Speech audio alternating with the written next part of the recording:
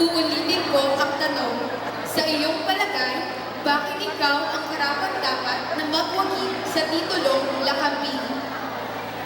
Sa aming opinyon,